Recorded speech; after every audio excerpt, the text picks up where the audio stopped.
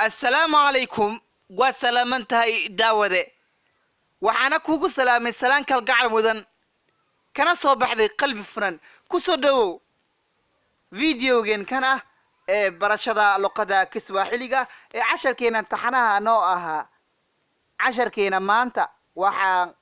ka dhigi doonaa barashada cadadka ama tirooyinka ku soo dhawow moja moja moja mbili mbili mbili tatu tatu nne nne tano tano sita saba nane nane tisa tisa kumi kumi kumi na moja kumi na moja kumi na pili kumi na tatu kumi na tatu kumi na nne kumi na tano kumi na sita kumi na saba kumi na nane kumi na tisa kumi na tisa kumi na tisa kumi na tisa ishirini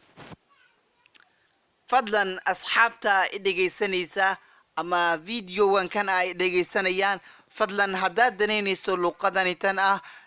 waxaan ugu talgalay arday qaar ay dhigtaan arday qaar ka caajizan aad mudaa waxaan sameeyay groupkaas oo aan ugu talgalay in lagu praktikeeyo casharkii aan soo qaadanay ee luqada Kiswahiliga ah groupkaasi waxaad ka heli doontaan waxaan soo dhigi doonaa commentiga ugu horeeyay aan soo dhigi doonaa groupkaasi wuxuu ku qoran yahay w WhatsApp chat markaasaad riixaysaa si wuxuu ku keenayaa marka taawti tartiib wuxuu ku keenayaa WhatsApp-ka groupkaasi waxaa laga sameeyay WhatsApp-ka fadlan haddaad danaynayso luqadan intan ah waxa ku joogo walaalkaaga Yaasiin Cumar si uu ku saacido groupkaasi kaas ah waxa ugu talgalay inaad iga weydiiso su'aalaad si aad u furfuranto groupkaasi fadlan haddaad danaynayso inaad wax ka gaartid heer sare luqadani waxay tahay luqadaha ugu fudud Soomaalida inay bartaan fadlan waad mahadsan tahay waxaan u gudbi doonaa qaybta kale ee luqada Kiswahiliga dhinaca cadadka waxaa noo joogay 20 na moja 22 23 ku dar waxaan soo qaadanay